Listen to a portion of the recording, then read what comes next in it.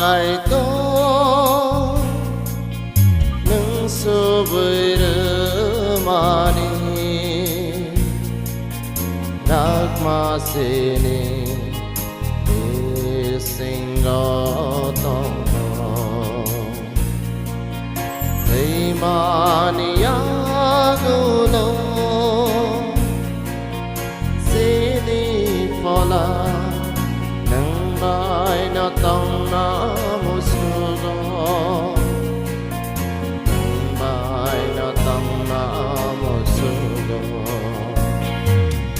nâng bài na tông ra đi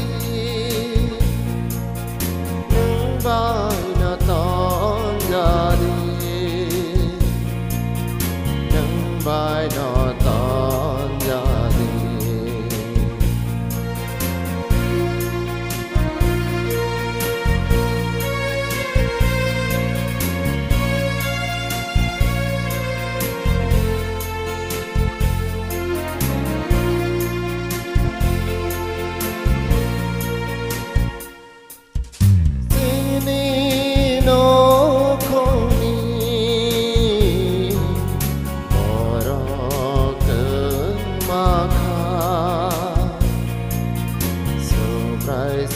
nó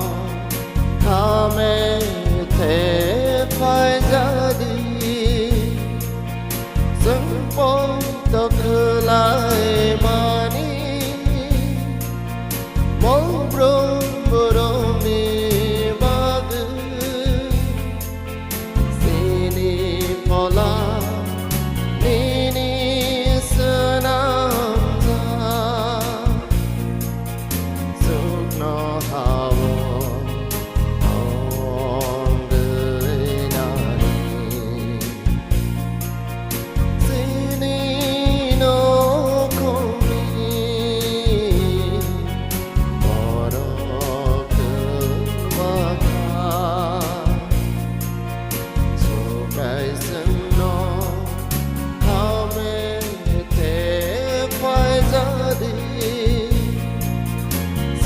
bóng tóc khờ lại mà đi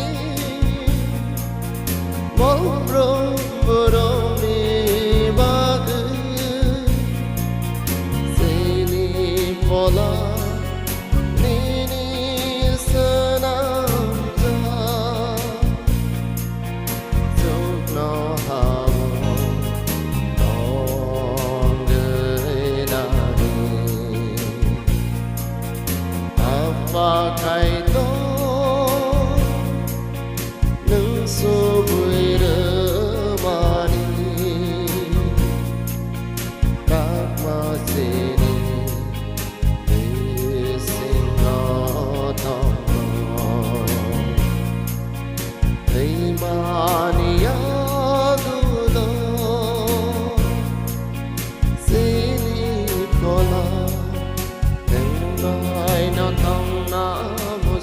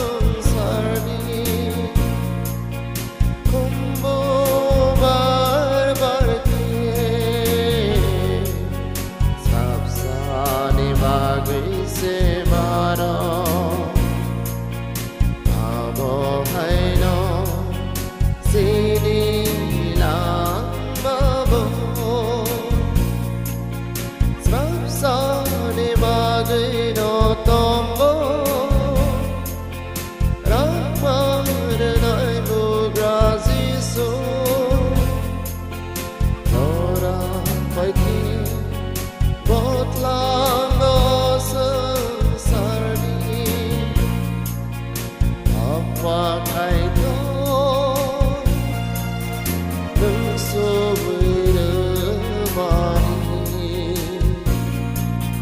nak masih